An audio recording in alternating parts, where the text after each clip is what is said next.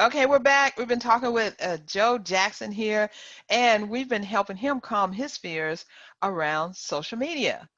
He didn't even know he had fears around social media until we were talking, because that's how fears go. You know, they just rest inside you until something happens to bubble them up, and you're like, oh. But I'm telling you right now, you can calm those fears really quickly by just taking action on whatever it is that you're fearful about doing. Take action. That fear will calm down. It might come back, but then you know how to squish it. Okay, Joe, you've got an excellent challenge for our viewers out here. Sorry, for our audience, and it's called calming the fear inside. Tell us all about how we're going to do this and what you want people to do in 24 hours. Okay, Carol, thank you. Yeah, module 4 of my program is about brain science, and it's all about the brain, and it's all about fight and flight and fear and anxiety. However, you know, fight and flight is something we did is in primeval man, when maybe we were fearful of a big bear in a forest. And sometimes our fight and flight gets turned on automatically when it's not really serving us well. However, we can control that, we can manage it, and we can do that by breathing.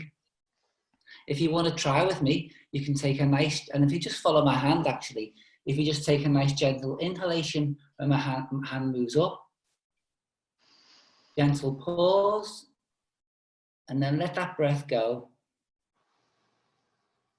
And we'll do it again. So a nice inhalation on 1, 2, 3, pause, hold that breath, and then let that breath go.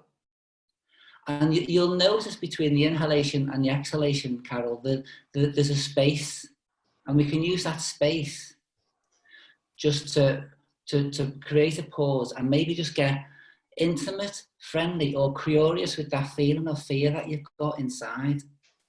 So instead of reacting straight away and say, I can't. So if fear comes up about a presentation, just take that inhalation.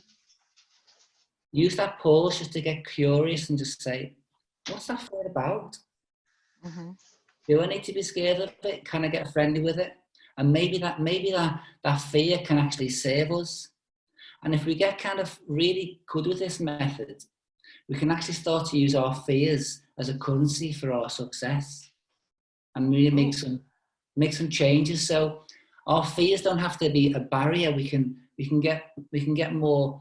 Sometimes I've really started to believe that our fears really are trying to speak to us and give us signals to say, just reduce that fear, step inside of it, and then we can boldly move forward without that fear and do things that we never even thought were possible.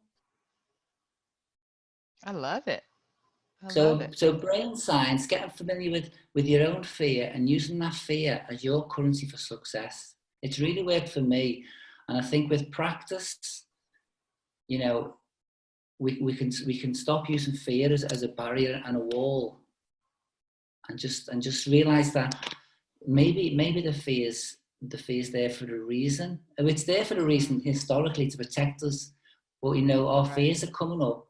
So just using to control our breathing. Breathing also helps to reduce your cortisol, that's the fat levels in the body, reduce your blood pressure.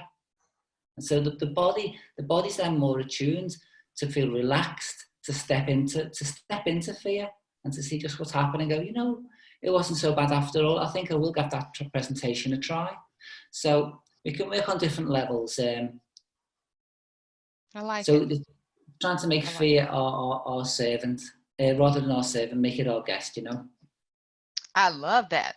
All right, everyone, you got the walking papers of what you need to do. You need to try this breathing exercise and calm the fear.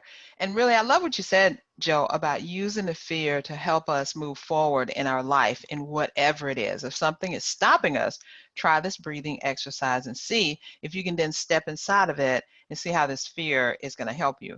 I'm definitely going to do that.